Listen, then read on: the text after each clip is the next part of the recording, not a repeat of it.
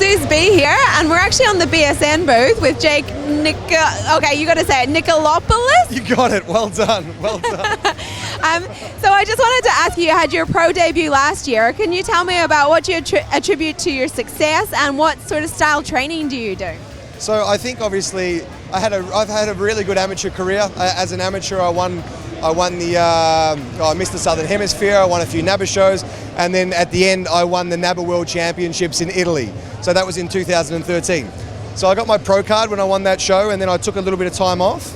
I made my pro debut last year in Southport, UK in England, and I got 5th out of about 20-something guys. So yeah, it was huge. For a pro debut, I was pretty happy with that.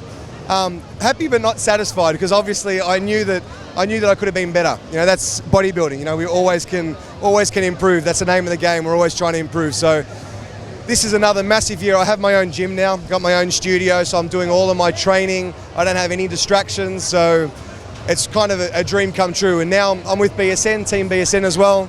I have my coach, Neil Hill's here.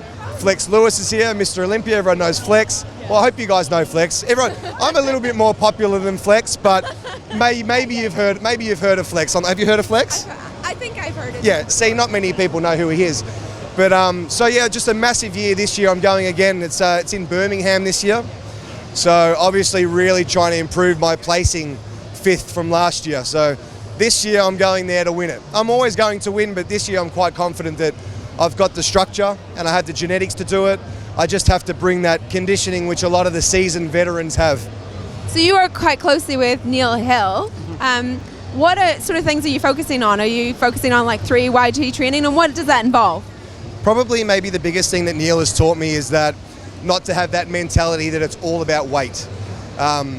You know, that's a big one. You know, I used to be, you know, one of those bro lifters that just went into the gym, thought it was just all about heavy weight.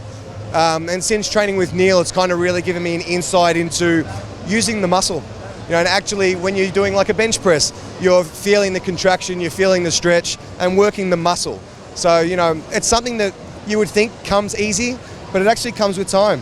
You know, it's something that you don't learn straight away. So I think now my mind-muscle connection since working with Neil is really honed in now and tuned in with all of my workouts. So the training has changed like the rep range has changed. I don't know if you can Google Y3T and look up the Y3T training system. Do you know about the Y3T training system?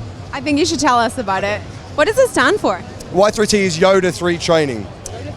So it's a 3-week split, and basically it's 3 weeks of training that's split, and the system is different rep ranges each week.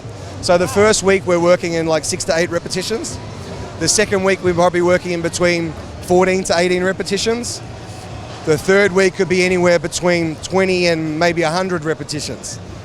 So you're hitting all of the muscle, all the different muscle fibers, fast, slow, intermediate. So you're hitting muscle fibers which you normally wouldn't hit just by doing the typical 6 to 8 reps or 8 to 10 reps that people would do. And since doing that, I've found that my muscles have got a more 3-dimensional look. So I suppose that's why he calls it the Y3T training. He wants to get that 3-dimensional look to the muscle. Obviously, if you see Flex, you know, the guy might be whatever height he is. I don't want to say he's too short, but I think he might be around 5'5" or something like that. But the guy is like 3D looking, so I'm a bit worried about guessing his height. It's like asking a girl what her weight is. Yeah, I'm a little bit scared. But that's pretty much what training I've been doing lately. So. Yeah. So has there been any change to your nutrition through this Y3T training? Yeah, the meal plan that Neil's put me on is more. I've been eating a lot cleaner. You know, so my off season, I'm in the off season now, and I'm still being able to maintain a reasonable body fat.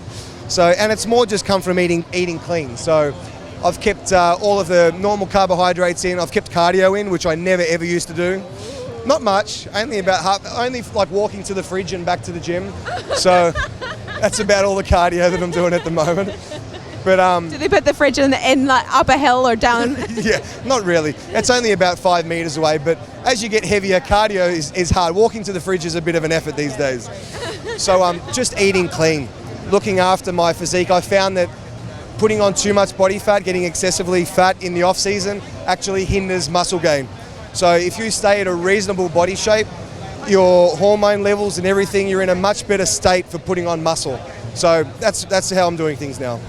So number one tip, I guess, that you'd have for people out there that really wanted to build and improve upon their physique? They're already in the gym doing some stuff. What do you think would be the number one crucial thing they should do to get the biggest change? So I think training is very, very important, but probably one of the best tips that I could give to anybody out there is don't get carried away. When you walk into a gym, there's thousands of pieces of back machines, chest machines, leg machines, and it can all get a little bit overwhelming sometimes. So I think the best thing to do is to stick to the basics. I know you hear it all the time, but it's true. The basics is what works, and the machines are secondary. So your compound lifts, your squats, your bench presses, your deadlifts, they should be the bread and butter movements for building the mass. And then obviously the machines are isolating. So just keep it simple. The KISS program, keep it simple, stupid. He doesn't think you're stupid at all. So finally, could you leave us with possibly your favorite pose down moves, just for everybody watching? My favorite pose down move? I would have to say my best pose would be my side chest. So we can do that. I can show you guys that. At first it's the tricep, and then after the tricep we go into the side chest. That would have to be my best pose. On stage, lights out, game over. Shouldn't stand next to me when I hit my side chest. That was really fantastic. Thank you for chatting for us today. No problem. Thank you very much.